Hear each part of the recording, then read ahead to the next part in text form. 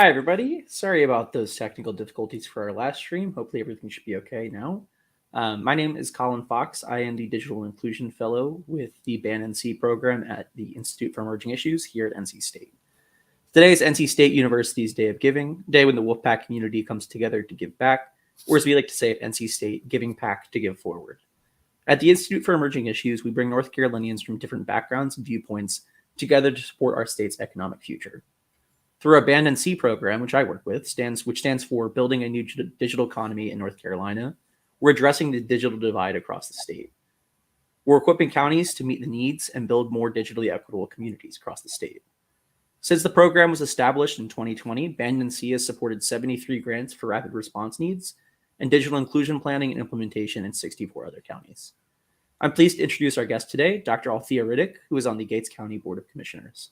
Dr. Riddick was a Band NC grantee, and wanted to speak with her a little bit about that grant and the outcomes it had on her community. Thank you so much for speaking with me today, Dr. Riddick. Thank you for having me. Fantastic. So I had a couple of quick questions today. I just wanted to talk about the senior tech program that the Band NC grant funded. What did you do with that grant, and who was involved with that, either the implementation or the planning? And what was the impact of that Band NC grant on you and your community? Well, we used the grant in conjunction with our collaborators. One of the other funders was the Gates County Corporate Extension 4-H program, where we used their 4-Hers to help teach the courses that we offered to our senior citizens at that time. We called it the Digital Zone. And we had 11 total collaborators, but most of that was in kind. So when I saw the grant and we applied for it, we knew we needed marketing because we didn't have any money for marketing. We didn't have money to extend the program past the fall. So we started off in the fall expending the dollars we had in conjunction with the collaborators as far as the 4-H program.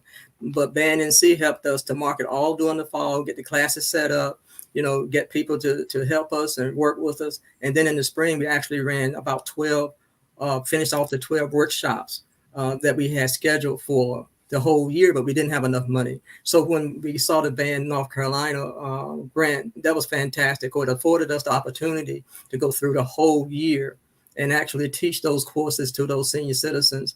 And they were fantastic. I mean, they learned so much that they were afraid to come to the class, for one thing, and they didn't understand. But through the 4-Hers being trained beforehand in their program called the Change Makers, they understood how to teach the senior citizens and was non-threatening. So it was a fantastic opportunity to watch and evaluate. And then we're going to build on that this year when we apply for the next grant, of course, because we had such more success. And some of the same people that were at those courses or those workshops want to come back.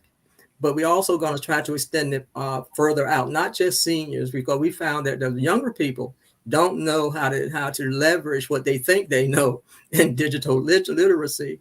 And so we're looking forward to working with Band NC. And anybody in a rural county such as Gates County understands that divide is just massive. And we've got to get to everyone because broadband is coming. I know we've been saying it for 2-3 years, but it's coming. And they need to know how to leverage technology to help them through their daily lives.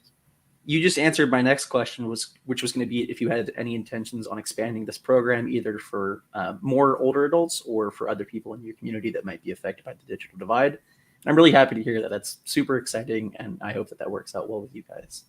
I think it will work out. I think they heard about it and they know about it. Everybody knows about broadband, but they're wondering, how do I learn? So this is one program that we're going to leverage in this county to help us get the literacy, that digital zone, and close that divide as far as technology. That's fantastic. So my next question is, Dr. Riddick is involved in the digital inclusion planning work for the Albemarle Regional Commission, which Gates County is a member of. What lessons did you learn from this grantee program and the Digital Zone program that you think you can bring to the Albemarle regional planning? Either advice for other people that might not have worked in digital equity spaces or advice for the future in planning? One thing I learned is don't assume that people know what they don't know. They know about broadband and digital literacy as it applies to them right now. but they don't understand that in the future it's going to become a utility. It's something you're going to have to use as far as telehealth, as far as education and training, as far as just accessing services and ordering and purchasing. People are afraid now to go into a store that has self-checkout, because they don't understand and they're afraid of it. They don't want to use online banking. Think somebody's going to hack them and steal their money. But you need to understand that you need to understand how to use that effectively, cautiously, of course, but you can't hide from it. It's coming, it's here, it's there, it's everywhere all at once. And they are afraid of it. So don't assume that everyone know what you think they know.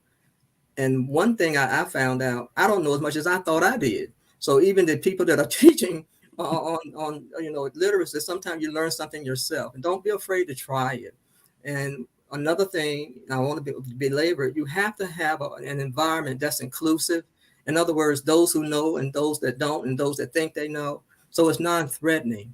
So it's important where you teach these classes, because some people are not going to go in certain areas. They're not going to go in certain forums, depending on who's in those forums.